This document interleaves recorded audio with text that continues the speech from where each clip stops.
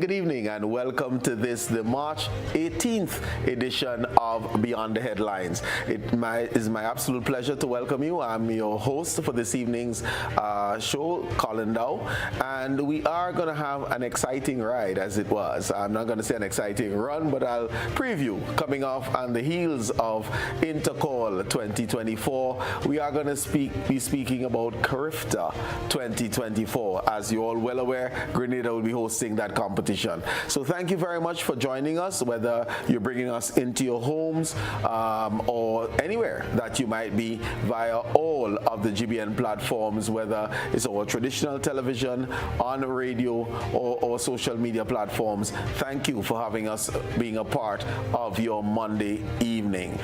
This evening, as I said, we're going to be speaking about CARIFTA. We have 5 eminent gentlemen with us, and they would form different roles and they span the region. So let me start off in studio. I'll start off with home and welcome Mr. Aaron Moses, who's the Deputy Chair of the Local Organizing Committee for the CARIFTA Games. Aaron, good evening to you.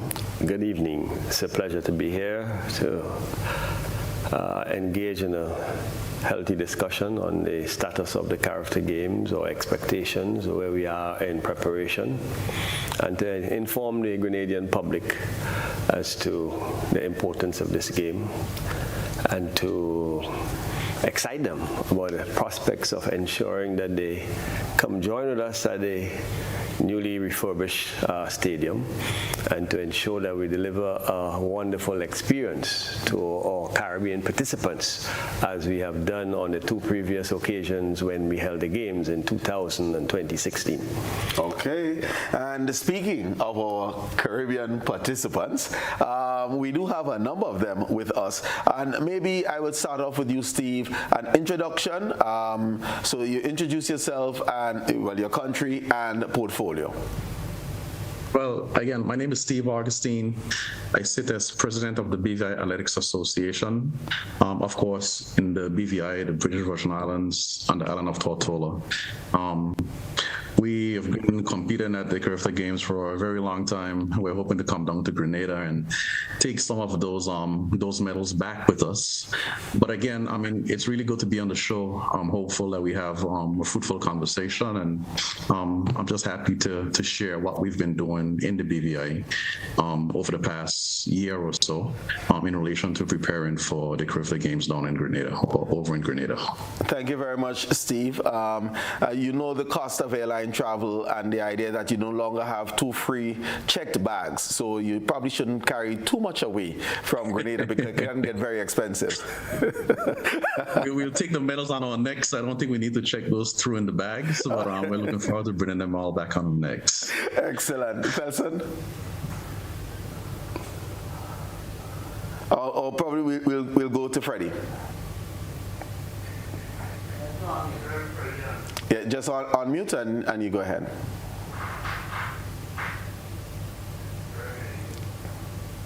Sandy, it's a pleasure to be with you this evening, and I am Freddy Evans, president of the Bermuda National Athletic Association. I also, before we get too far in the conversation, want to salute and thank the local organizing committee of Grenada. The communication has been spectacular. We try to ensure that all the T's are crossed, all the I's are dotted, anything we need to do. Very responsive, and trying to organize CARIFTA has to be a heavy lift for everyone. We've done it in Bermuda, so I know the responsibility, and so I'm indebted and grateful to that team. Also tonight, I have my national head coach, with us, Devon, who will discuss the athletes, and we're just happy to be part of this tonight. Thank you. Excellent.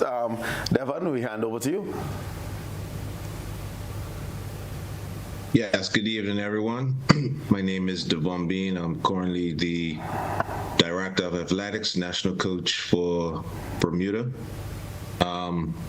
Bermuda has a rich history in CARIFTA, as 2 of our forefathers were two of the original members of organizing the CARIFTA Games. That's Mr.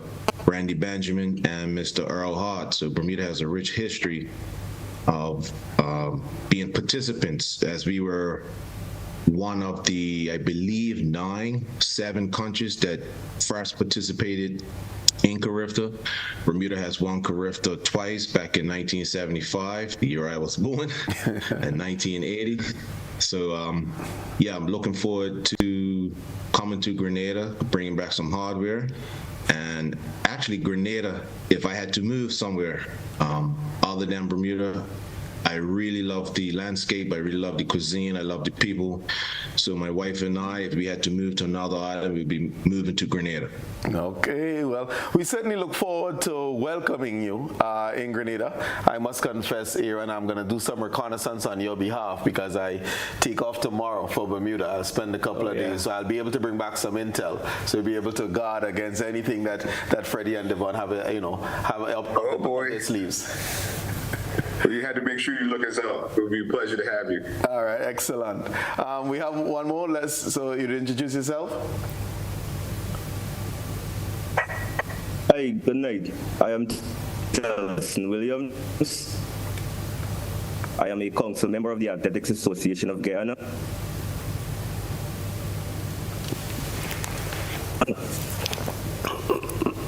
Okay, I will be managing the Guyana. Share with you forward. And some of our look forwards for CARIFTA 2024. I believe we would have attended CARIFTA twice in Grenada before, so we are definitely looking forward to be here this year and to have a great time. We certainly look forward to welcome you, Thelson. And the thing is that we normally have to be very careful because the red, green, and gold being out front will be Grenada, and we'll have to remind ourselves it's Grenada and not Guyana. Acknowledge. Share with us here, because we have these gentlemen online, just in terms of how our preparations been going by the LOC and the type of communications. Freddy was mentioning the communications being pretty good and your responsiveness, but how has preparations been going for the CARIFTA? I'm going to do that, but I want to go back and contextualize why we're holding the games. This year, as you know, we celebrate 50 years of independence, and the Grenada Athletic Association celebrates 100 years of existence. Okay. That is extremely significant in the annals of any organization's history.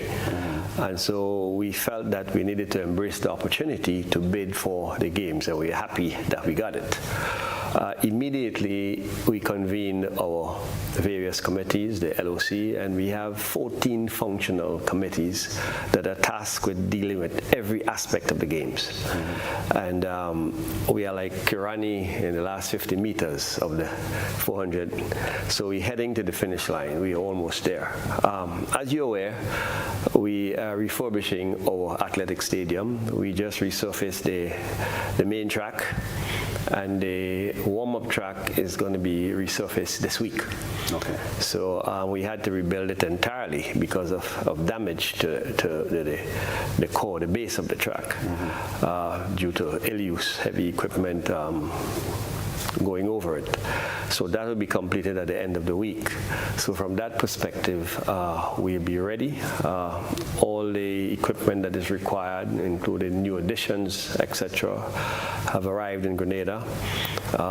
We are utilizing the recent meets or national championship, the local primary school meets, and of course last week the intercollegiate championship, to expose and keep all our officials, very current. A lot of training has gone on over the last few months, and we have been meeting with all our various committees, ensuring that we dot our I's and cross our T's. So we are almost there. We are very comfortable despite the many challenges. On this occasion, it has been different. Two of the main requirements of a successful CARIFTA Games has to do with ensuring that you have good accommodation. And that actually was going to be my question, right? Your transportation works, and of course you deliver technical games at the highest level, with all your officials functioning at the highest level, the equipment functioning.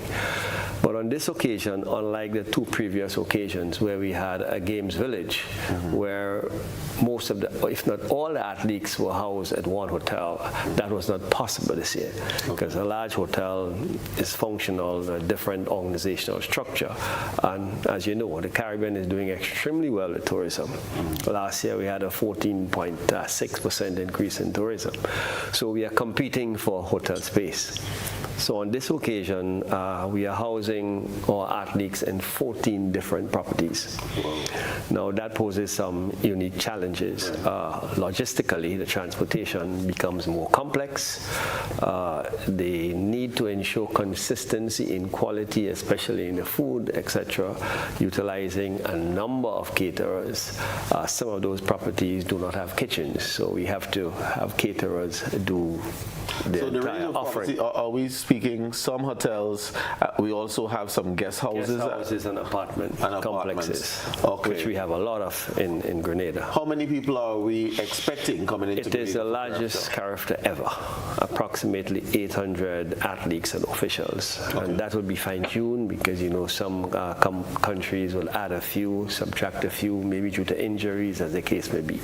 But we are 800 athletes and officials. Additionally, so far, about just over 400 supporters have committed to travel to Grenada, and that is not other visitors that we don't know about. There have been a lot of requests to point to Airbnbs, guest houses, but we're talking about supporters who are coming with their teams. As you know, the Bahamas is the largest contingent. They are coming with just over 200 persons. That's supporters. Right. Many other countries are doing the same. A lot of our affiliates are coming with the largest teams they have ever carried to our CARIFTA Games. It's noteworthy that when the CARIFTA Games is in the South Caribbean, you have greater participation because most of the islands are in the Eastern Caribbean and the South. And when you have in the North, it's more expensive to go because given the transportation network, many cases you have to secure visas and, you know, the cost sometimes 2 or 3 times more.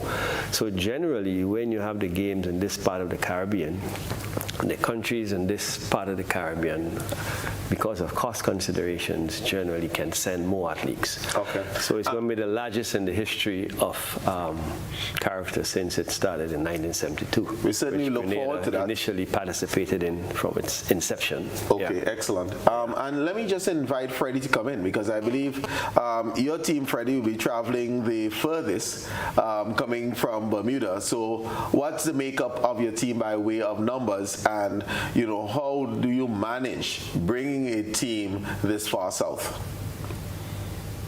Well, thank you for the question. This has been a bittersweet year for us. Last year we had a team of 33 competing in the Bahamas. We expected to be even bigger this year, but through injury and illness, we have 8 members who were on the team last year who won't be competing this year. Our team total probably, you know, we have to submit our entries tomorrow, but it'll be 20. You know, just like Bermuda, we're small, but we're going to punch above our weight class and hold our own. So I'm proud of the crew we have. As far as transportation, we have the benefit of, for the first time, having a local airline that has offered us a charter flight. So we'll be flying to Grenada on Wednesday the 27th via Bermuda Air. And we're actually looking forward to that too. And that helps a lot because, you know, we would have had to overnight in Miami and then overnight coming back, and it just was a lot of extra time, and it's harder on the young athletes. So I'm looking very excited about the opportunity to come directly to Grenada. Okay, excellent. And let's just go to you then, Steve. Coming from the BVI, the challenges of getting from the BVI, do you have to overnight somewhere, or are you island hopping coming down, you know, at least 3 stops to get to us in Grenada? Yeah, so we did something very similar with one of the airlines where we chartered. We're going to be on a charter flight coming down, so getting there and getting back shouldn't be too much of an hassle for us. We jumped on that bandwagon very early. I'm glad we did, it's usually a matter of waiting until the last, it takes some time to put things together. But we did our projections. Our treasurer jumped on that bandwagon very early on, and we made our deposit. We secured the charter flight going down, and I think we'll have a pretty safe trip going down with not too many stops. I don't have the details before me, and vice versa, getting out. We'll be sure to get the kids out of Grenada and back to the BVI as close as can possibly be for one direct flight. So no, we don't have that hassle of island hopping going down. Okay, excellent. And just share with us, what is the contingency like in terms of numbers? I think, I have a meeting, a final meeting later on this evening after we're done here this evening. But projections, we're looking at possibly 20-something athletes. And when you add the officials and everyone on that, we'll probably be slightly under 30 coming over to Grenada. Okay, excellent. And Thelson, how many coming up from Guyana? Well, we're expecting to have a contingent of about 33.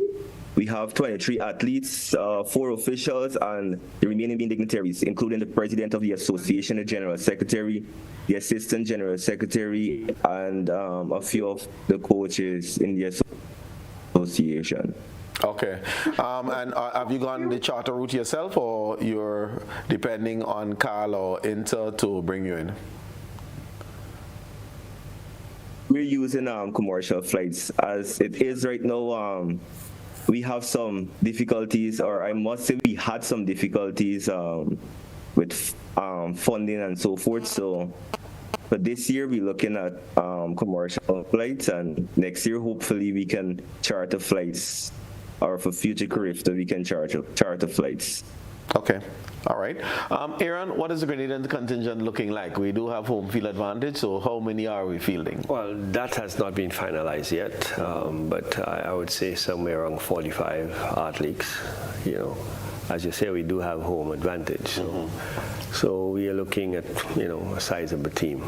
Are we going to see a Grenadian competing in every event at the CARIFTA, or will there be some events that we cannot field someone, whether it's because of qualifying time? Our goal is to have as much participation as possible. Okay. And let me just get on a little bit to national team selections, and probably, I will start off with you, Steve, in the BVI. How does the national team, in terms of what is the criteria for selecting your national teams? Well, I think it's common knowledge that the CARIFTA doesn't put out qualifying standards, but it's also common knowledge that the respective participating countries internally develop standards to ensure that their athletes can, contest at a very high level. So likewise, in the BVI, we do have qualifying standards, and we've had quite a number of athletes who've made those standards. But as an executive, we've never overlooked the fact that the CARIFTA Games is indeed a place where all Caribbean athletes can develop their skills. So while we do have qualifying standards, we also look at athletes who are very close to those qualifying standards, and we make accommodations using discretion to permit those athletes to participate as well. So we use a combination of standards and discretion in selecting our teams. In terms of the competitions, is it at the national intercollegiate competition, or is it that you put on games as an athletic association and based on performance on there, or the school sports, or combination thereof? So, we're a smaller country in size, but certainly not in strength. So what we do is we have a series of what we call development meets that takes place throughout the year.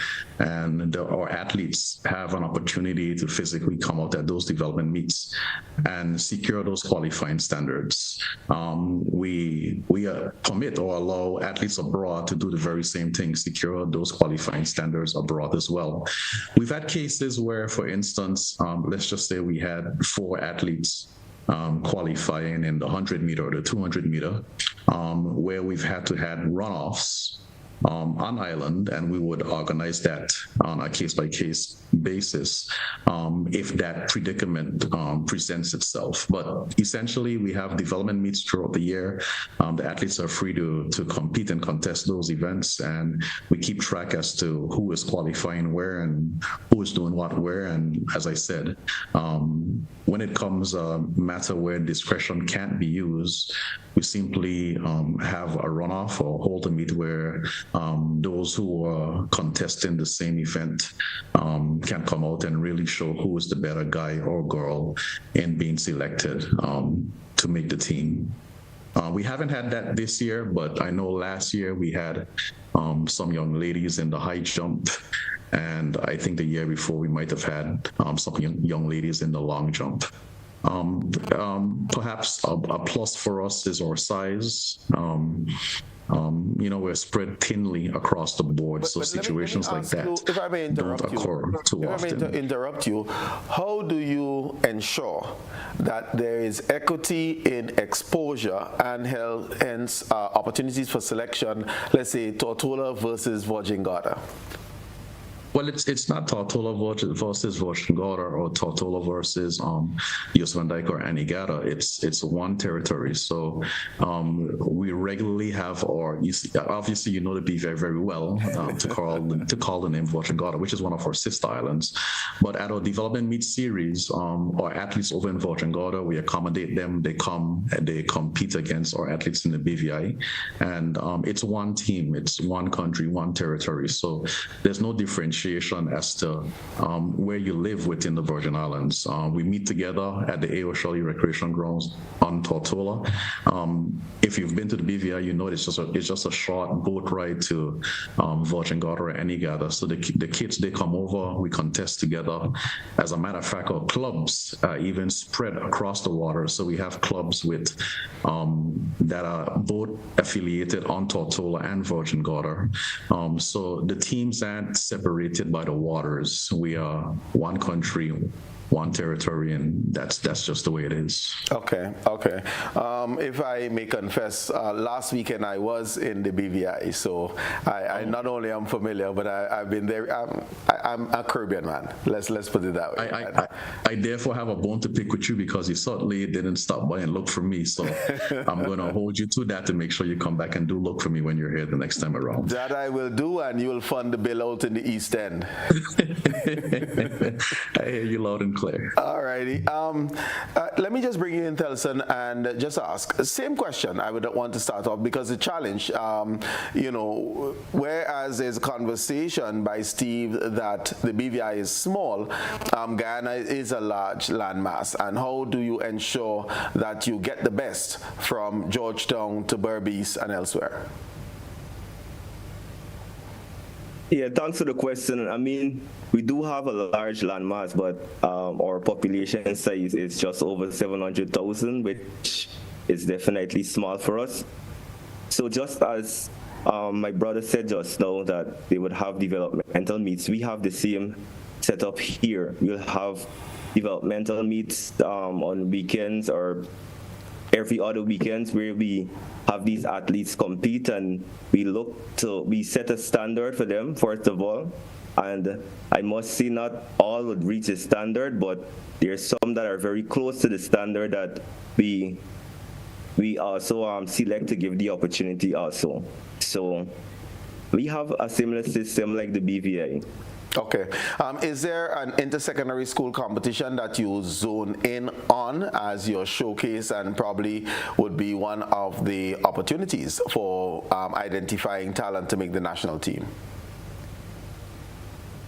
Pardon me, say that again? Whether there's a major intersecondary school competition, national intersecondary school competition that you would focus on as well in order to identify talent to make the national team. Well, our secondary school championship is usually held late November, so we had that last year.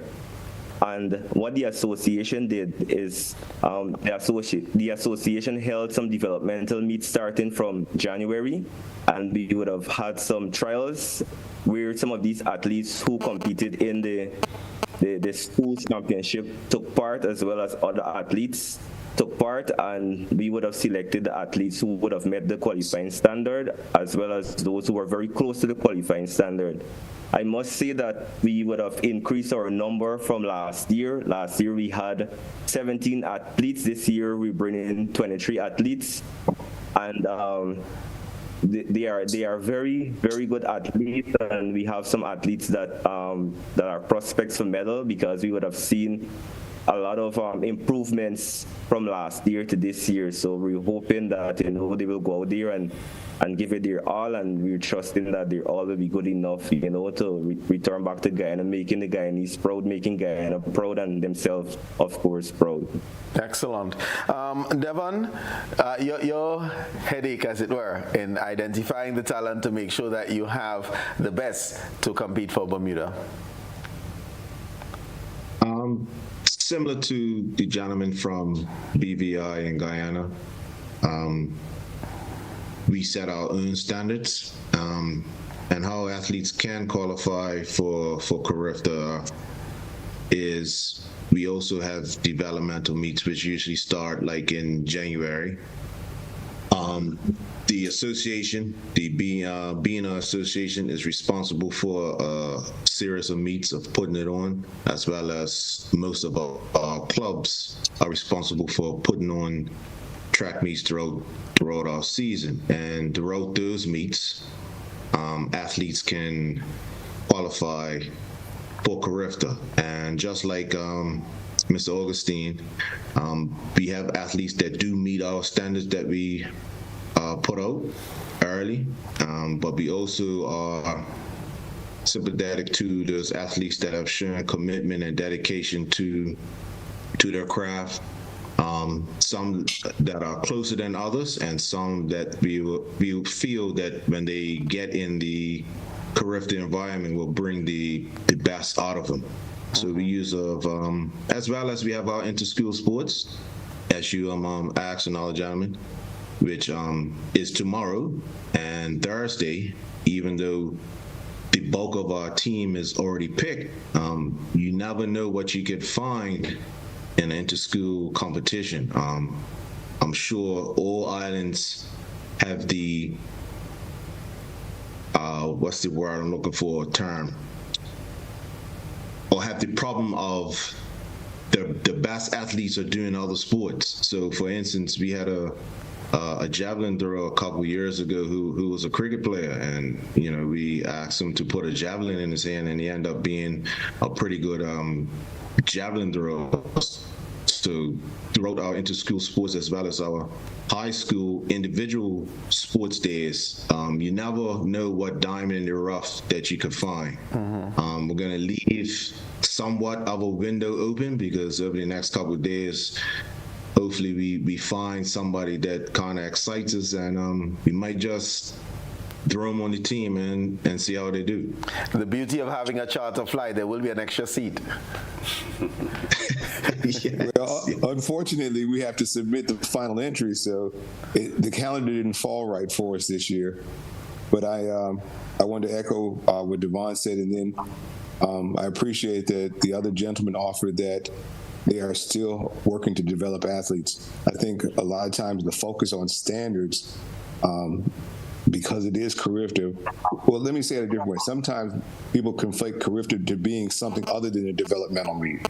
And our push from my perspective is you have to get these athletes opportunities, you have to get them involved, and that's when you'll see their maturation and evolution. Our weather's been terrible. We have small teams. You have to get out there and have opportunities to compete, to demonstrate your craft and how you're learning. So I appreciate that everyone has said it's a developmental meet, and they're reaching for young people who might not have made that standard. And Freddy, would you also say that you have found that sometimes there are individuals who are able to rise to the occasion, and whereas initially the timings may not have been where you would have expected it, and on a track like CARIFTA, on a stage like CARIFTA, we see some stars being born? Absolutely, and it might not happen their first CARIFTA. I mean, I'll take you way back. My son ran at CARIFTA, and his first CARIFTA, he ran at 3,000 meters and fell 100 meters before the line. 2 years later, he was a bronze medalist in 800. Next year, he was a silver medalist in 800 under 20. So it's an evolution process, but if you don't get them started, it will never happen. Okay, certainly understandable. Ladies and gentlemen, it is time for our first break, so we will take a short break and we come back speaking CARIFTA 2024.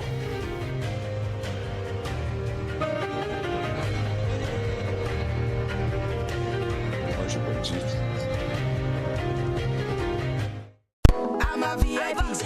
I'm a VIP. I am a VIP. I am vaccinated. I am immunized. I am protected. Our children and nation depend on vaccination for immunization. Childhood vaccination is national priority. It is their protection from disease and sicknesses. Let's all be VIPs and safeguard our beautiful Grenada. I am DJ Blackstorm and I am a VIP health champion. Be a VIP like me.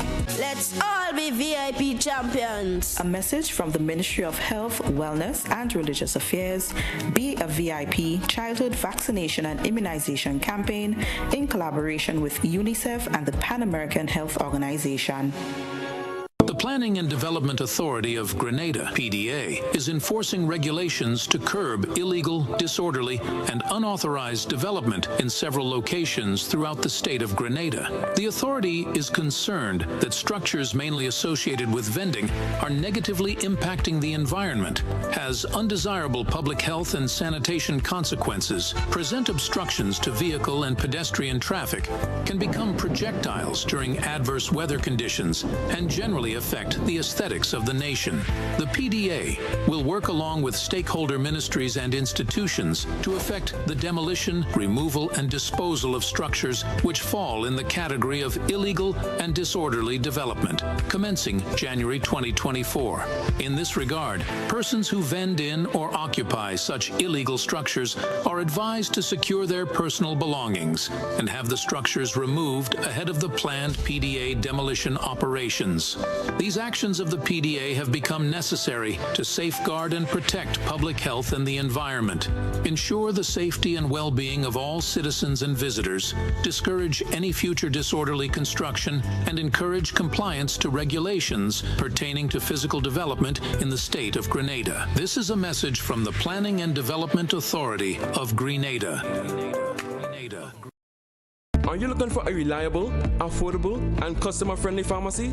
Look no further than Hills and Valley Pharmacy, the nation's leading healthcare products and services provider. We are committed to serving you at convenient locations. Find an extensive and affordable selection of prescription and over-the-counter drugs and medical supplies at Church Street, Hillsborough, Carriacou, Jubilee Street, Grenville, St. Andrew, near the bus terminal, and Halifax and Grenville Street, St. George. Our committed team is always available to offer valuable assistance for managing your health and wellness. Discover the additional benefits of our wholesale distribution on Halifax Street and our Medcare Center on Grenville Street, where we provide in-house physiotherapy, massage therapy, doctor consultations, and eye care services. Our commitment is to satisfy all your healthcare needs, including competitive prices, loyalty rewards, and special discounts for seniors. Contact us at 435-6904 and WhatsApp 535-4734. Choose Hills and Valley Pharmacy. Remember, your health is our business.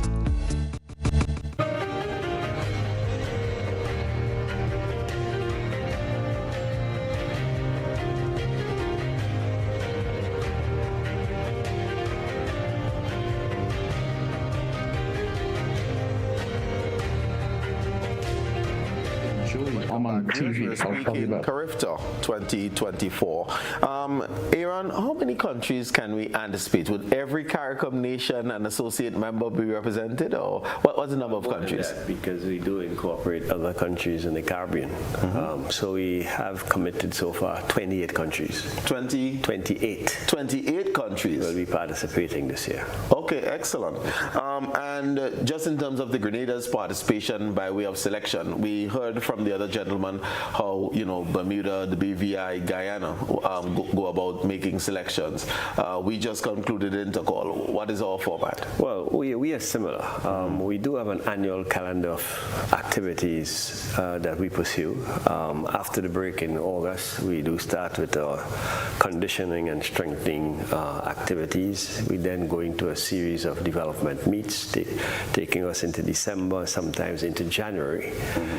And we stipulate that to represent Grenada, all our national athletes, both senior and junior, must participate in our national championships. So that event is the main event where we choose our athletes.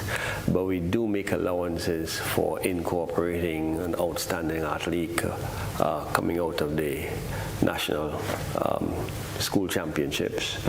We do make allowances for external athletes who, for whatever reason, could not make it back to the national championships. But we introduce that because we think it is important that we have standards. It's important that Grenadians see their athletes perform in Grenada to motivate and inspire the younger ones. So you can't sit out there and say, well, I'm X, Y, Z. I no longer will be running in Grenada, just looking to represent our country outside. So that's a decision that been taken many moons ago, and we follow it diligently, with a few exceptions. On this occasion, we do have quite a few athletes who are outside of Grenada.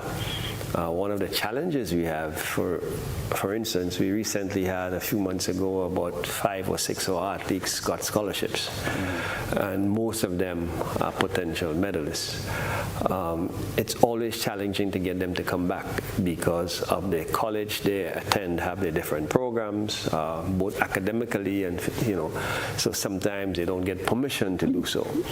So at this point in time, it's still we're still working on determining how many that should be built into and I wouldn't want to say contract because they remain as student athletes, but national representation, isn't this should be at least an understanding with the colleges that is important. One can have to discuss the number of times the National Association can call on an athlete, but if we speak in CARIFTA, which is the largest junior championships in the region, shouldn't be almost automatic. Well, you have to recognize that the scholarships are all private. This is a private arrangement between the individuals, so it's not an arrangement between the Grenada Athletic Association and the particular school.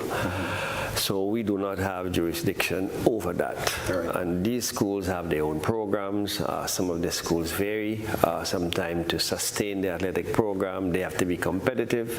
So depending on their schedule, there can be a competing demand for that particular athlete. It can also impact their studies because, as you know, being an athlete calls for a lot of commitment. And so at the same time, you have to maintain your grades.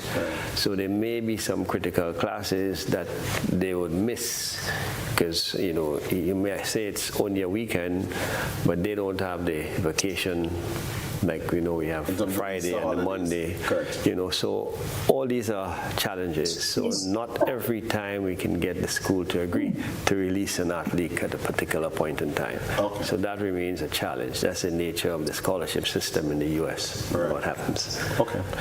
Devon, if you permit me to come to you, and I'm gonna ask a question starting off with you, and I'll go to the other gentleman, but I just want to zero in on the successes that we have seen Jamaica having in the CARIFTA. What would you say the other territories would need to emulate in order to be able to compete with the Jamaicans and probably put a pause or at least make it intermittent in the dominance of the CARIFTA championships? Trying to emulate the Jamaican model could be a slippery slope. That being said, track and field is Jamaica's national sport.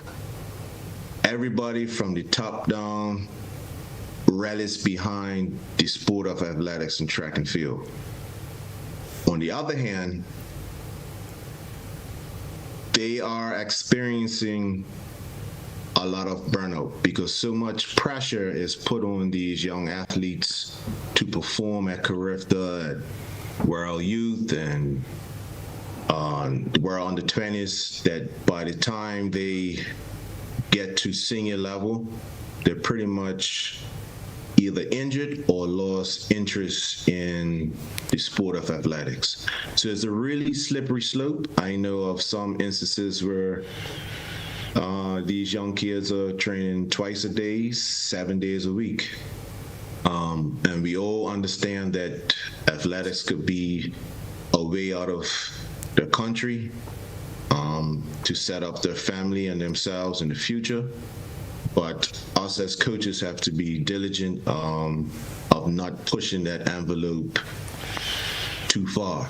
Another point that I can raise is they have the numbers. So Jamaica tends not to bring back their collegiate athletes because they don't need them. It's a surplus of athletes, and it's been like that for many years, especially since after Usain Bolt came on. It's even gotten worse because everybody believes they can be another Usain or Shelly and the list goes on and on. So other islands have to be very careful because, for one, we don't have the backing like they have of their government and everybody, and we don't have the numbers, so we have to be very particular of how we push these athletes, what we require of them, so they could make that decision later on if they want to become professional athletes after the college career. Okay. Steve, just in terms of your administration within the BVI, how would you say things that you probably might be able to emulate to scale in order for the BVI and similar territories to be more competitive? Well, I think one of the first things we've done is taken on a pragmatic approach, where we've start from the outside and working our way towards the inside, in the sense that we have ensured that we have trained our coaches, exposed them to what is expected of them, so that the expectations based on the training or the training regimen that they are putting our athletes through, it's realistic and achievable as to what the expectations are. So in essence, there's no need pursuing something if there's no real expectation that it can really be achieved. So we've taken on a pragmatic approach where we know that our coaches are trained and the expectations are real. The second thing that we have done with that, or as an attribute from that, is that the performance levels of our athletes have continued to improve. And what we have done, we have taken an active approach to expose them to competition, not just within the BVI, but outside of the BVI, so that they themselves can feel what that competition will feel like when they travel.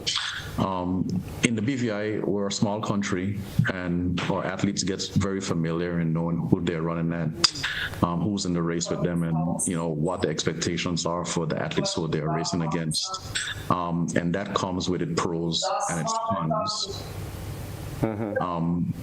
But what we have done, I was hearing some noises in the background. What we have done is simply ensure that our athletes get a chance to travel and compete against their peers, their regional peers, at a very high level. Because one of the things as a small country that we've realized is that when we put our athletes in a situation where they're simply competing at home and then they travel to the CARIFTA games, it is as simple as that sounds. It's pretty large undertaking for a small country to move from internal development meets to the CARIFTA games.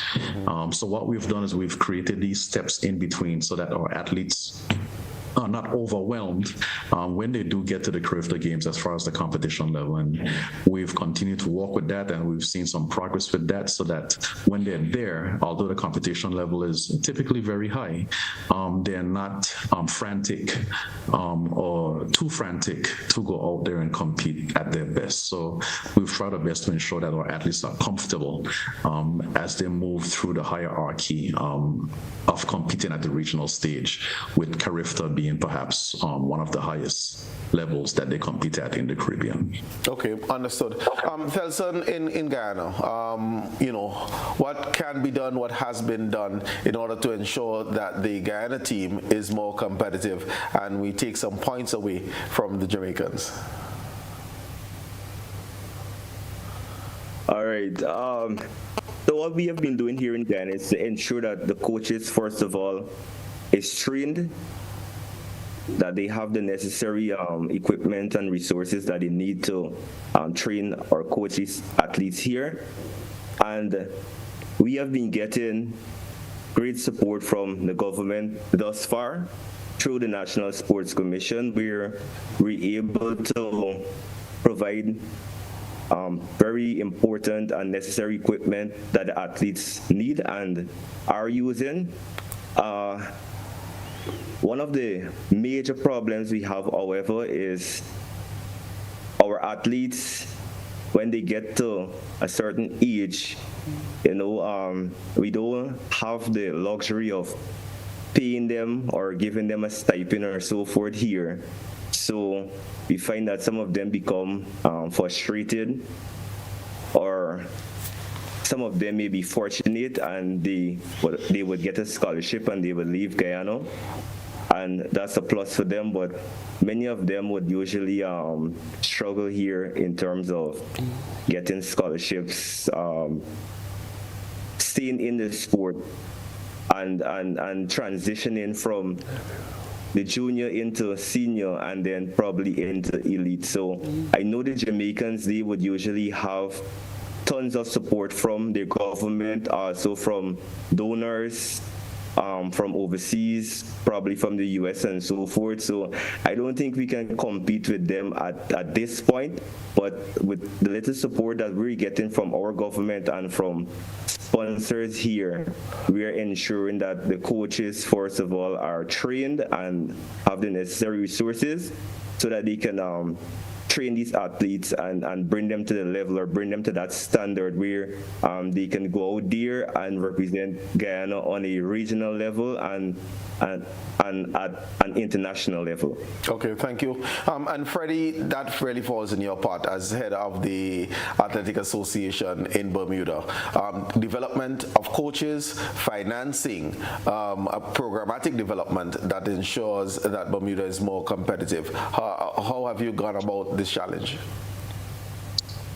Lucky for us, our head coach Devon is level 4. His predecessor Jerry Swan is still very active in his corner, and Jerry, if you know him, is a guru of track and field. He was a top official and a top coach.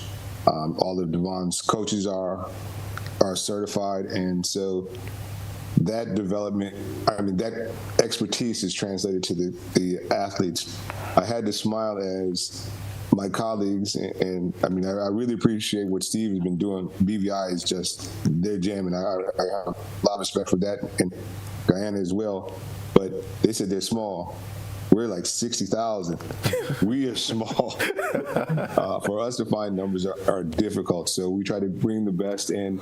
Devon kind of referenced athletes participating in other sports, and that's where a lot of our outreach has been in the last 2 years, trying to not get them to stop playing other sports, but to come to athletics, which is the basis, the foundation to be better in all sports, to be more athletic, and trying to help football coaches and cricket coaches and even rugby coaches understand your athletes could benefit from participating in our events.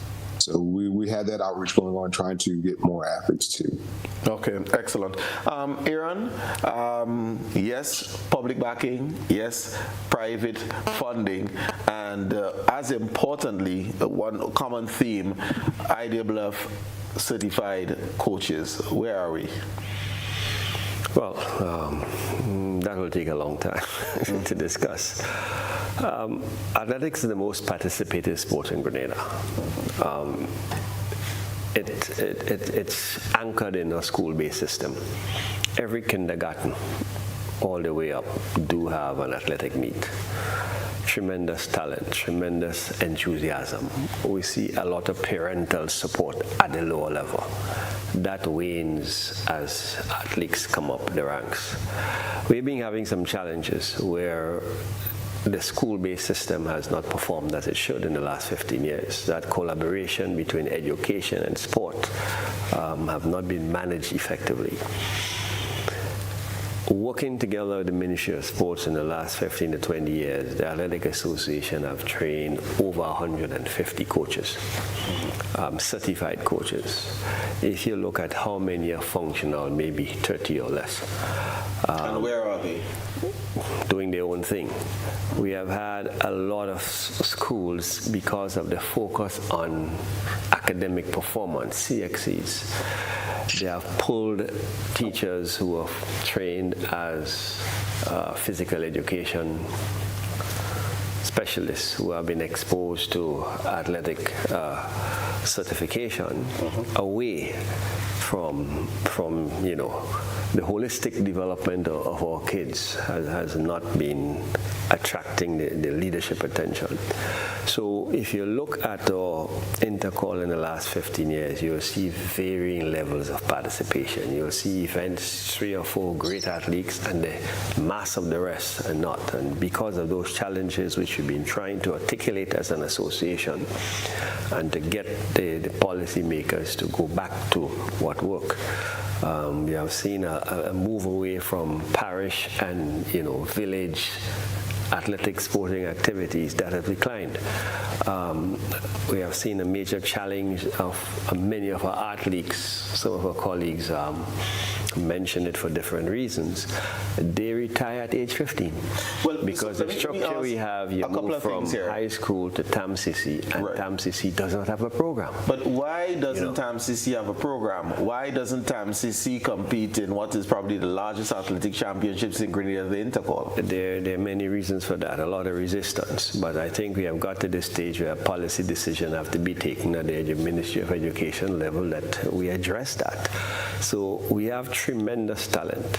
Our model has been similar to Jamaica in terms of the school-based system over the last 100 years has been the main route to talent identification and the evolution of a lot of our athletes. But in Jamaica also, there are fully trained IWF coaches within each of the schools, so that whether you live in Kingston or in Trelawney, you basically will undergo a similar program. And that's what we have been working to, but as I said, that system has fallen apart because the lack of collaboration and understanding of the holistic education is important. Collaboration with education and sports, and the managers of the school system paying due attention, and not only want to win at Intercall, but it takes work to get there.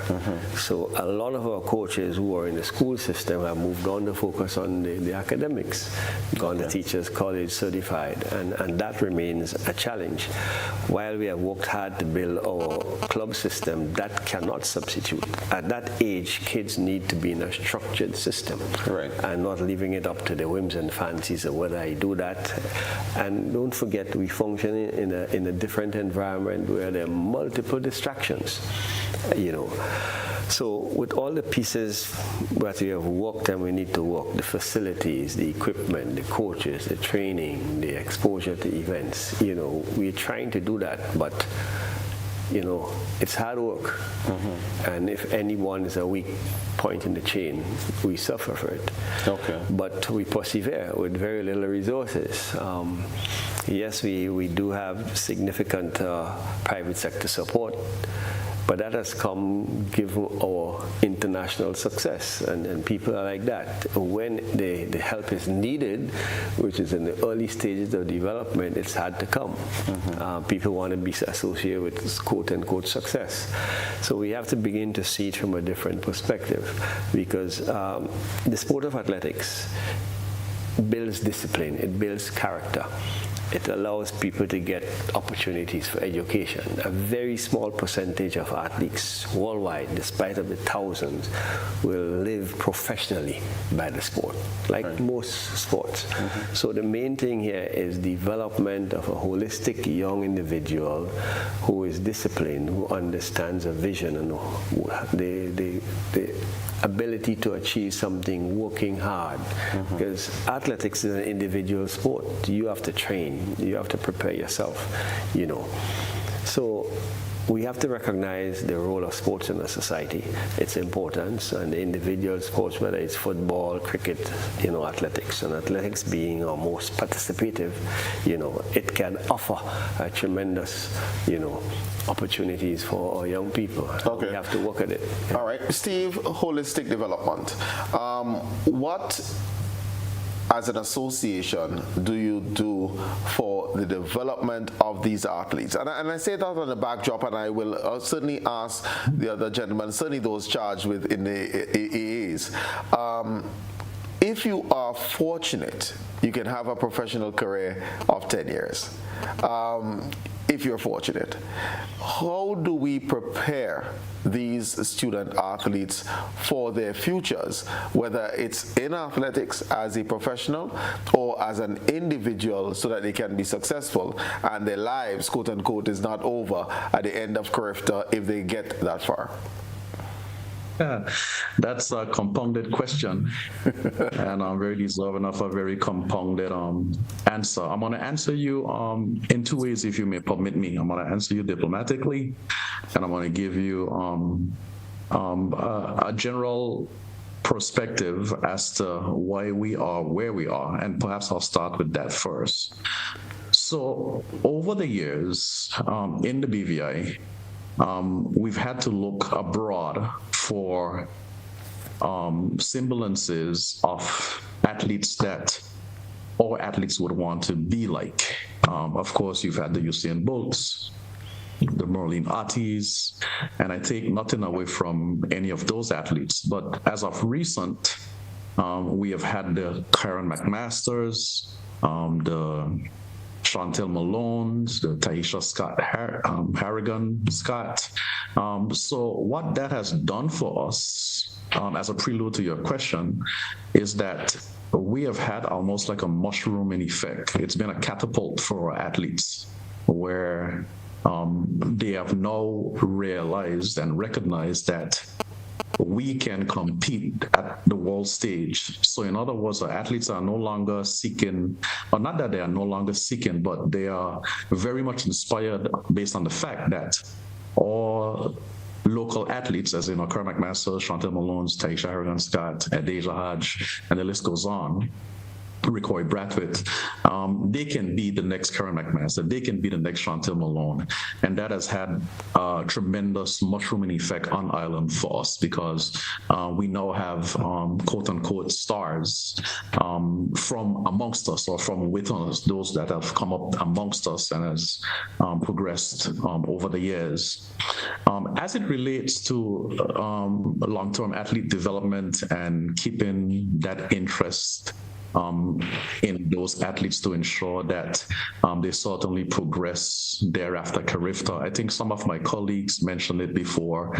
The ability to make it to the collegiate level is definitely an aspiration for many. May not be for all, because obviously some have aspirations to make it to the pro level at a very early stage. But what we've been able to do, and there's going to be quite a lot of information that's going to come out on this very soon, is that we've continued to have intense discussions with our government in relation to supporting the athletes. Because if you really take a closer look as to what happens with our athletes, perhaps after CARIFTA or after the collegiate scene or when they've passed the age of 20, it usually leads to one single direction, lack of support. And when we speak about lack of support, we speak more so in relation to financial support. So luckily for us, we've had a fairly comfortable support level being provided to our athletes from the BVI Olympic Committee. And as I was saying, we've been in discussions with our local government to increase that support to our athletes, because what we have done or what we have devised, and I perhaps I'm speaking a little prematurely because this information will come out more readily available from our minister responsible for sports. But what we've done is we've made it clear to our athletes, if you are able to perform at this level, this is what you can expect as far as support. So there's no waiting game being played any longer. The athletes know, if I can hit these marks, if I can medal at these events, this is a realistic expectation for me as to what I can expect. As far as local support, certainly this has nothing to do with sponsorship or anything beyond that. But at a bare minimum, this is what I can achieve. And that has made things a whole lot clearer for athletes in their drive to make it perhaps on the professional level, or even to make a world stage or an Olympic medal or world championship medal. It has made it very clear. So there's no guessing games in there anymore, and they know what to expect. And at the end of the day, a lot of what we say and what we do for the athlete on a real level, on a real scale, it really points to their ability to sustain themselves, to hire a coach, to find themselves in a facility that can provide meaningful exposure and competition that they need, to be in an environment where there are people of equal talent around them, to get the massages, the nutrition, and everything that goes along with it. We can speak about the activity that takes place, but once again, it all goes back to the financial capability of the athlete to be able to support themselves. And we've spent a lot of hours, a lot of days, a lot of weeks, a lot of months, a lot of meetings, just sitting with our local government, because I mean, that's where it starts. The government has to lead by example. We speak a lot about getting the business sector involved and sponsorship involved, but someone has to take the charge in leading that. And certainly the association, my executive members, they're all hard workers. And our conversations with our local government is starting to show itself and reveal itself even further to our athletes, that if you're going to choose athletics as a career, these are the expectations, or this is what you can expect on a real level, as far as your ability to sustain yourself and what your earnings could realistically be. And that in itself perhaps is what I would point to as the biggest leap that we've taken recently in ensuring that our athletes live beyond the CARIFTA level. And let me just ask, just before we take our next break, how easy has it been for you guys within the BVI to maintain the interest and the competitive edge of students graduating from high school and, let's say, moving on to Liberty Stout Community College? Or do you lose them at college? Do we lose athletes? I think I couldn't stand here and look you squarely in the face and say that we don't. Athletics is very competitive. There's a local saying that says, only the top 1% really makes it in athletics. But I think what we have done as an executive is we've tried to educate our athletes that perhaps, yes, maybe the top 1% will secure an Olympic medal, but the goals and dreams and aspirations of each athlete may differ, because for some, their main goal may very well be to get a tertiary degree, make it to the collegiate level, and some may choose to go on beyond that. As far as our high school athletes, certainly a small percentage are fortunate enough to make it offshore into the U.S. system, perhaps on the collegiate scene or local institution. In prior years, we had an athletic program that was ongoing at the local college, that is no longer in existence. But we do have athletes who have left the high school level that are still training with our clubs, and our clubs have done a tremendous job, I would say, in providing an environment so those athletes can train and perhaps still pursue the collegiate route. And we tell our athletes, I mean, they all dream about attending these universities. The D1 colleges is certainly something that they all aspire to. But the fact of the matter is, you've got the junior colleges, you've got the NAIA schools, you've got the Division II schools. So the spectrum as to where you're going, what's available to you certainly depends on your talent level. But the fact is, you know, if you're out there, you're putting in the work and you're performing the way that you should, there is indeed a place for you. What I would personally like to see, we spoke a bit, and I'm going to venture off a bit, but I think I need to. What I would personally like to see that perhaps Jamaica has done really well is that they have created an environment at home where their professional athletes have continued to shine at the world stage while training at home. My aspiration is that we find ourselves in a position where we're able to offer the same, and that certainly means perhaps building up on our facilities, building up on the supportive mechanisms that goes into supporting professional athletes at home. I mean, that is my dream and aspirations, not just to see a BVI athlete make it to the Olympic stage and secure an Olympic medal, but to see that being done from home. Then I believe is when you know that you've arrived. You've done well, you've trained your coaches well, and when you can do that from home, I think then is when you can nod your head and say, yes, we're here and we're here to stay. Okay, thank you very much. Well said, Steve. Viewers, it is time for us to take another break, but we'll be right back after this break. And after the break, of course, you're invited to weigh in with your comments.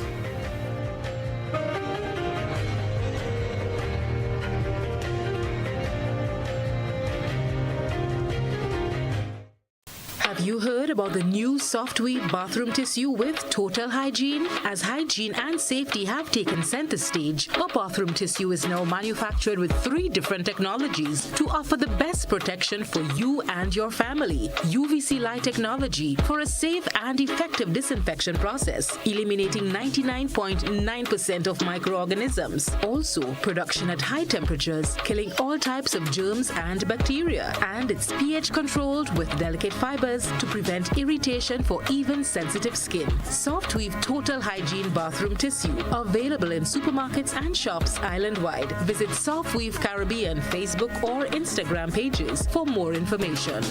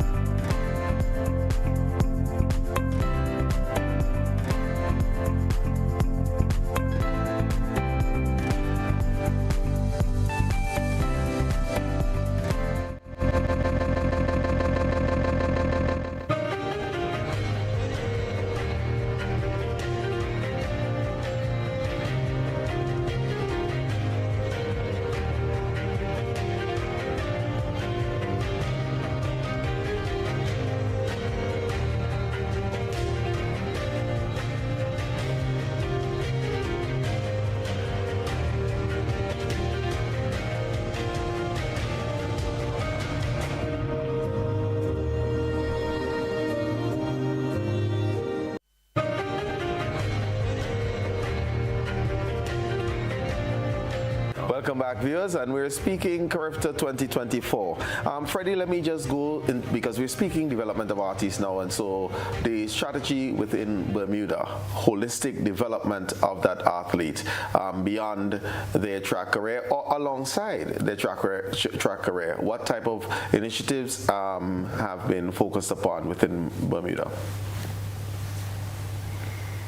Said this evening, parallel to our concerns and our issues, if you will, in Bermuda. I had the privilege of being Devon's high school teacher, and when he was an athlete, our school sports was very vibrant, and the Ministry of Education paid a lot of attention to sport.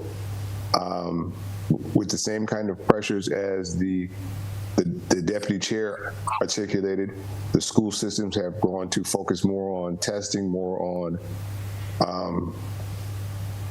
their Cambridge tests, and sports has fallen by the wayside, and that has hurt our development. Now, we do have in a recent meeting, I spoke to the body, explained I think we're at a precipice, we're at a crossroads. We have to do much more to outreach. School sports is no longer a portal to athletics. We're going to have to be different. We're going to have to go and reach out, try to create some kids' athletic opportunities from the BNAA standpoint to attract children. We're going to do something in May for 5-year-olds, 5 and 6-year-olds, just to let everyone know we're here. Locally, football starts at that age, and once they get into a sport, it's hard to attract them away from it. As you look at long-term athletic development, and as Steve said, we've always pushed. If you train hard, if you believe in yourself, and you have the desire to go to school, there is a school for you. Now, it might not be a D1 school, but there's an opportunity for you to continue to train, grow your craft, and do something that you have developed a passion for. And so we have some of our best athletes who've gone on to represent us at CAC or Commonwealth Games or even Worlds have gone to D2 schools. So we push that a lot. Post-school, post-collegiate year, where we have problems is just like the other gentleman articulated, is the funding. Now you're trying to be a pro athlete, you got to take care of your training facility, you got to take care of your coach, you need insurance. If you get injured and you don't have a job, you don't have insurance, and those are all problems. Now, I can say that the Bermuda government and this sports minister has been very keen on trying to change that, and the people at the Department of Sport and Recreation Jacon Etnis has been very much focused on trying to increase the support for athletes, and so it's an evolving process. But all of those issues are limiting us in development, and some of those things we're going to have to close the gap on, or we might fall off that precipice. Sustainability is hard for track and field. Devon, if I'm other aspects, things like nutrition, taking care of your bodies, how do you get that ingrained in the student athletes so they can have a long career? That's one thing we try to, as far as administration and the coaches, try to preach to the athletes. As you know, I don't know, most of you have been athletes prior, but I've been an athlete at the highest level. I'm fortunate enough to make it to the Olympics, so I know what it takes to get there. And as the saying says, your body is a temple, so you have to invest in your body. I try to explain to the athletes that they are not just an athlete the 2 or 3 hours that they're at the track or at the gym. You are an athlete 24/7. And if you're in school, put the student first. You become a student athlete. So that's another aspect that the athlete has to manage. But that, on the other hand, like Dr. Evans said, everything comes down to funding. Physios cost money, massage therapists, chiropractors, the list goes on and on. And if that athlete is really serious, they will seek that, but that's where the funding comes in. And I was fortunate enough where my brother had his own business, and he allowed me to continue my career far longer than most people would. That's a very difficult situation coming out of college, transitioning from a collegiate athlete to a pro athlete. But it's all about recovery. Between meets, between training sessions, getting the athletes to take an ice bath or just going swimming in the ocean, stretching. But the most difficult part, apart from nutrition, is sleep. These these athletes, as you know, they're young and they think they're invincible. But sleep plays a major part in the body's recovery system, and with these new devices that we had, laptops and the rest of it, next thing you know, you're wide awake at 1 a.m., 2 a.m., and then you got to get up for training the next morning. So it becomes a domino effect. You're taking fatigue from being in class all day to practice and so forth. And next thing you know, your body's breaking down with illness or injuries, and you're like, I don't remember doing that. But it's over the weeks that you've been just asking your body to perform and train and stay awake and so forth. So it's pretty much just drilling home, taking care of your body, be careful what you're putting into your body, and rest. All right, Thelson, if you can share in Guyana, what are some of the holistic developmental initiatives that the association has embarked upon, and you certainly would like to stress to our listeners and viewers? So some of the developments here that we would have embarked on had to do with us networking with the Guyana Olympics Association as well as the National Sports Commission for funding for the athletes, especially our senior athletes. As the presenters before would have said, they would have been experiencing some form of challenge as it relates to funding. It's the same thing happening in Guyana here. I said earlier that the government is contributing thus far, but at the same time, we're looking for more. There is a lot to be done, and funding is never enough.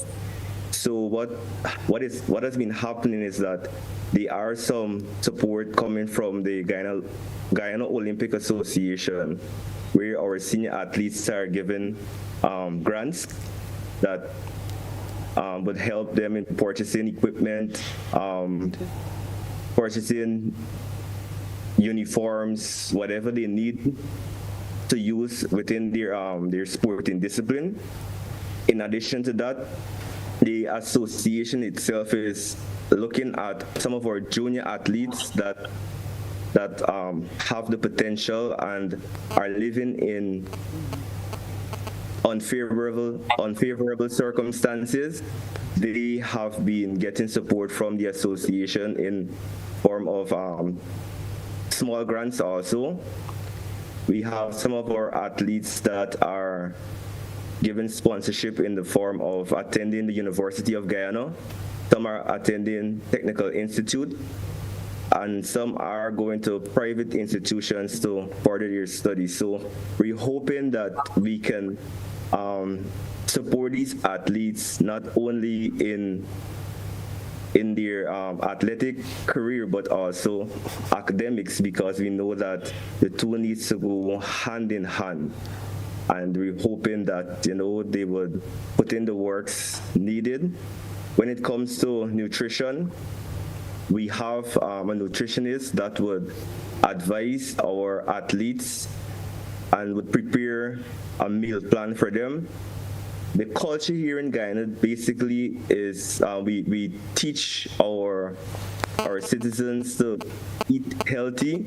So usually we'll find athletes eating a hearty breakfast, a hearty lunch as well as dinner. But of course, you might find from time to time, some of them would divert into the snacks and the sodas and so forth, which is unhealthy for them. So we would encourage them to stay away from such, consume a lot of water, and of course rest. As the previous speaker said, some of these young people that we have here feel that they feel the energy and they feel they can go on and on and on. So from school probably into training, and from training when they get home, it's probably in front of the television or on the smartphone, and they're doing something or so forth. So we implore them to ensure that they have rest and so that we can have the maximum from them. Okay. Aaron, you're charged as an LOC with hosting this year's competition. Just for curiosity's sake, is the hosting of CARIFTA a profitable adventure? Well, our mission is to ensure at minimum we break even. Okay. The hosting of any CARIFTA requires significant investment. The model that has been followed is that you need to get the support of your country, because athletic associations don't own facilities. They are government facilities. To host games of the standard of CARIFTA, which is the top youth games held anywhere in the world, that's a recognition we now have, requires certified standards, certified tracks, and that requires investment. So you need to get your government support in writing when you're bidding for the games. So implicit is that you need to collaborate with your government. So the government has to commit to fund that, and that requires a lot of money. In Grenada's case, when you have to resurface your track, depending on your track, you're talking about $3 to $4 million. So it is a significant investment only from the infrastructure perspective. Just think about accommodating 800 persons over a 5-day period. The accommodation costs, the feeding costs, the movement costs, the security, and all the support. While athletics generally survives on volunteerism in terms of the various committees, etc., who are not paid, there are some integral costs that must be covered. So essentially, to host the CARIFTA Games, in addition to having the facilities, you're talking about $3.5 million EC dollars from our, as a ballpark figure. So that's not, now, how do you get that money? So not including the resurfacing of the track, just the hosting of the games, about $3.5 million so you're EC. Talking about that funds coming from the various associations, because you got to pay a registration fee per athlete. You look for sponsorship, and in this case we have over 20 significant sponsors in Grenada. We don't have time to list everybody. You're talking about your gate fees, and you have to be able to balance the fee structure given the understanding of your local populace and their disposable income and what they'll pay. Are the games sold out as yet? Well, as you know, we have a capacity of 7,000 seats, right? Our main stand is 2,000, but only about 1,800 for patrons, given the VIP, etc. The secondary stand is similar, 2,100. A portion of that, say 792, we allocate for the athletes and the coaches, and the rest will be sold, just around 1,800. And then we have the two bleachers, 1,500 each, 3,000. So right now the main stand is sold. The secondary is moving significantly, about half of that is sold, and the bleachers. So we're urging patrons to, over the next few days, move quickly to maximize the opportunity, those who want to sit in the secondary stand. And of course, the bleachers, is available. Okay. So we are doing fairly well, generally, given the responses, but we would like to ensure that the entire facility is full. It's a significant event, and our athletes will require the athletic-loving population of Grenada to be there. It's quite an event. You remember, you'll be seeing the future stars of the region. The Caribbean region per capita is one of the top international athlete producing region. Lots of scouts coming as well. Oh, of course, you have dozens of coaches coming, and a lot will be online looking. We partner with SportsMax to broadcast the sports, and for the first time they'll be viewing in Latin America and other parts of the world. So a few million athletic lovers across the world, more than ever, will be looking. Will there be television rights sold for these games? Certainly. All right.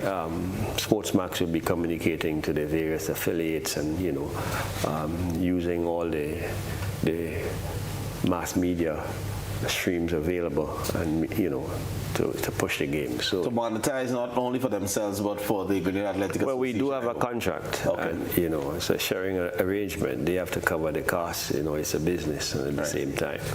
So, as I said, at minimum, our goal is to break even.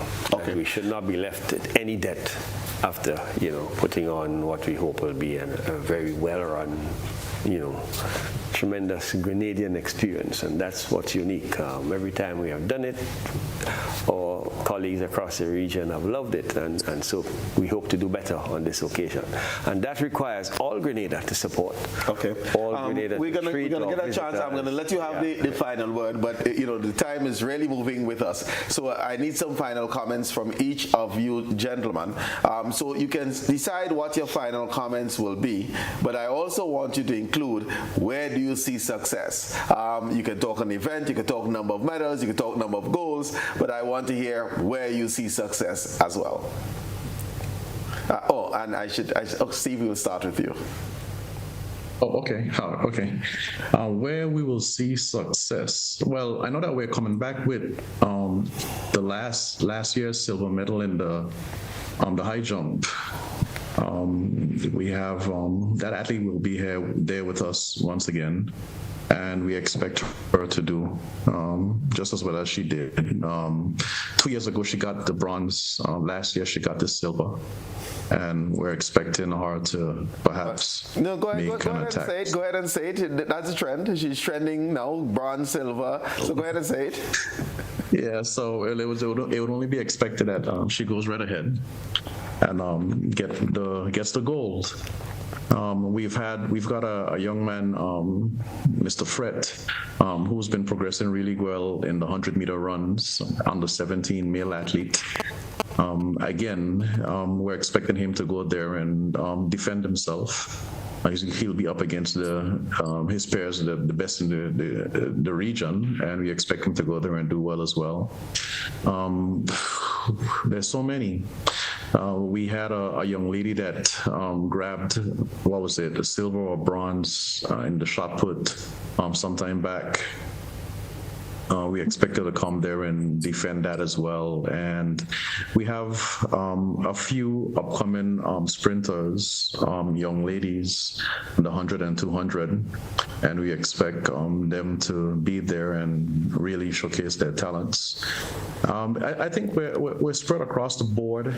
We have some really high hopefuls. We have some newcomers that are going to be getting their feet wet.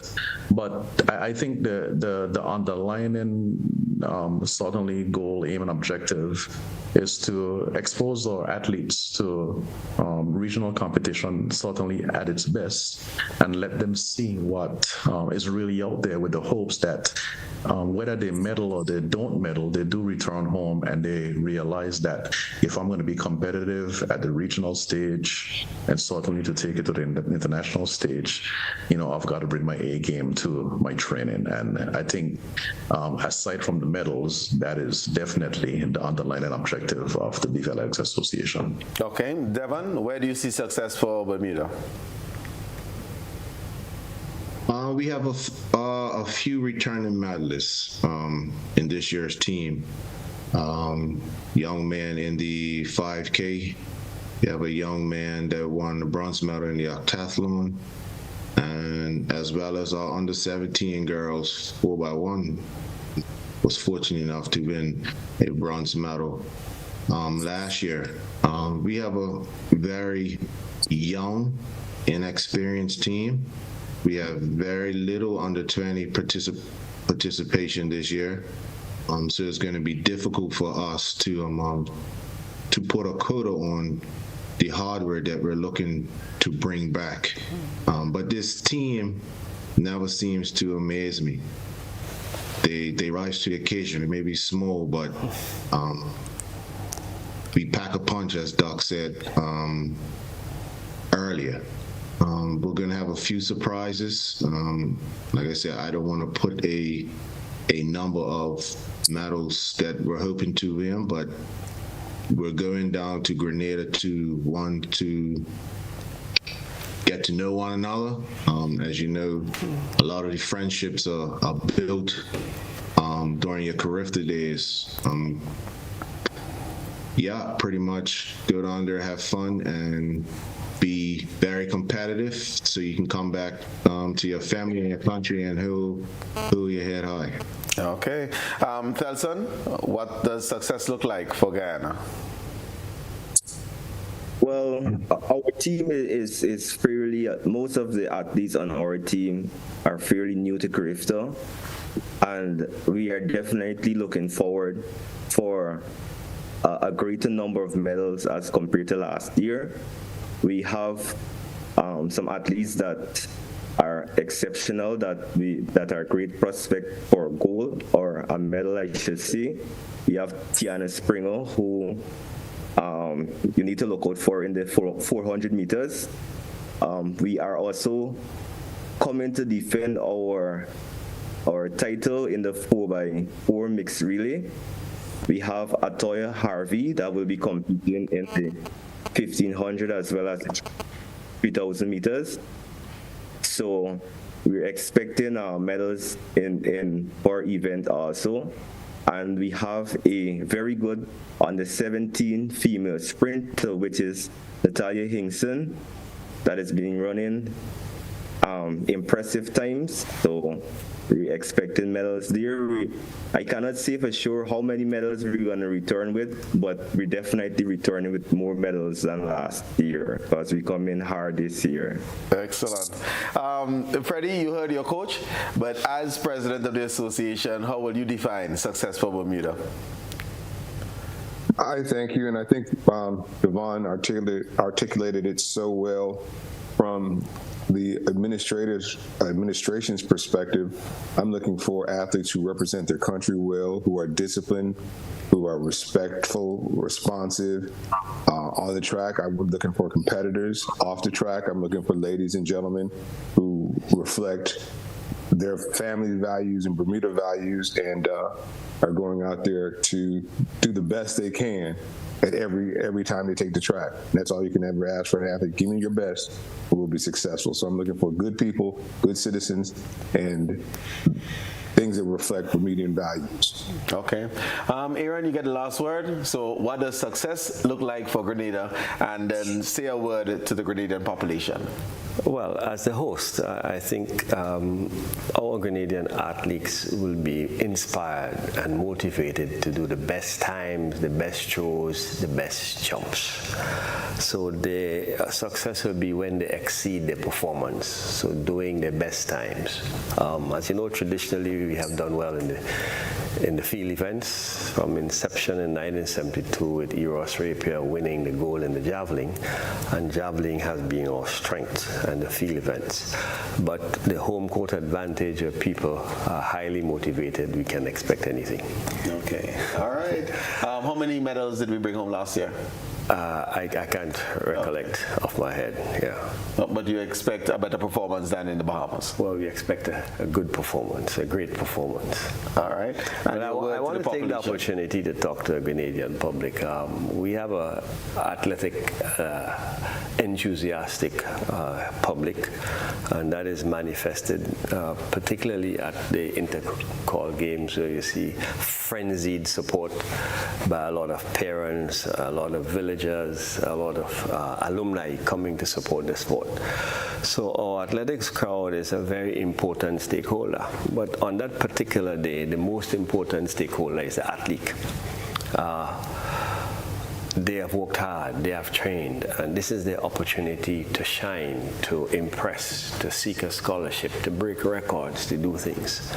And our mission is to ensure that they can do that in a professional environment that is enabling.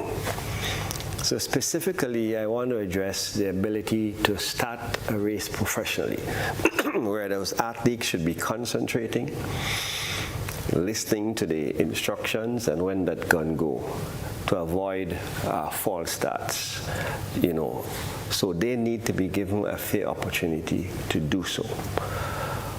We have recently recognized the infusion of a behavioral practice that has been embraced by supporters that does not augur well for the smooth functioning for professional games. And I want to refer here to the infusion of these horns. We saw that introduced when South Africa hosted the World Cup, and since then it has seeped into some other sports around the world. Many countries, many sporting organizations have moved to ban it. Now, what we have seen at the Intercol Games was a significant use of those things by adults, by kids, and that posed a tremendous challenge for the smooth running of the games, where periodically the host had to call for silence. Now that happens all over, understanding the need to be quiet on the start of a game, and that was unsuccessful. A good 30% of the patrons did not care whether they weren't listening, they do not understand what they were doing, and so it was very disruptive. So there were a lot of false starts, a lot of time wasted, and we cannot run a professional games with the use of those horns. Secondly, we had a lot of patrons complain because it's high-pitched. And if you do your research, you'll see that the pitch of the horns has been measured somewhere between 110 and 130 decibels. That's where you measure the sound. And that is not healthy. The experts say at that pitch, sustained for 45 minutes, you can result in damage to the air. A lot of patrons have complained that when they got home, they could not sleep properly. The air was ringing. Imagine sitting alongside somebody who uses that. It's an uncomfortable thing. You cannot speak. So we have had to take this decision as the association that is responsible for the development of athletics in Grenada, that it cannot be used at the sport. So this is an appeal to our Grenadians who we want you to be there, we love you to be supporting, but please leave them at home. So parents, make sure your kids do it. Kids, make sure your parents remember, because a lot of adults have been doing it. So bags will be searched by the security people entering, and please let us not get to the point where you have to be asked to leave the stadium, because this is not consistent with the running, of a smooth games. Now, with the Caribbean, so we're colorful.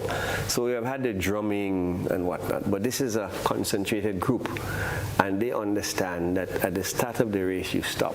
But when you have hundreds of people all around with these things in their hand, they're not paying attention, they're not listening, they do not understand athletics and what needs to be done. It's totally uncontrollable.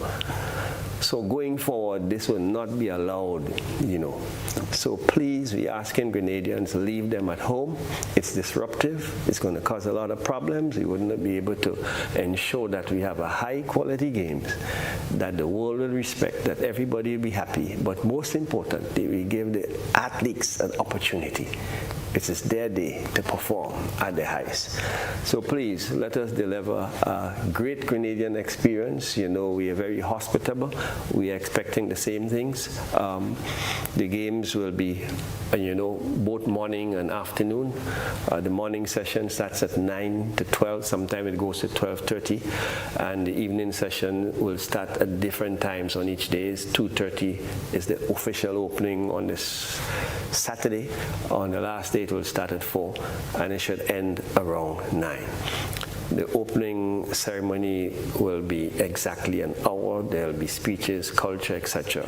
But an important feature of these games will be a village will be created outside the stadium, where there will be food, there will be entertainment during the lunchtime, and at the end of each day, you will have up to 10 o'clock in the night. You can stay there and fraternize. There will be performances, music, food. So it's a holistic, package that we're putting together. So we're looking forward to all Grenada to support and to work with us to ensure that the 51st CARIFTA Games will be just another great success. And we'll see great athletic competition Excellent. Yeah. Thank you very much, Mr. Aaron Moses, Deputy Chair of the Local Organizing Committee. We also have with us, of course, Mr. Steve Augustine, the manager of the Athletics Association, BVI. Thelson Williams is the manager of the Guyana Athletics Association. Steve Augustine, the head of the Athletics Association in the BVI. Dr. Freddy Evans, who heads the Bermuda Athletic Association, and the head coach of the CARIFTA team, Mr. Devon.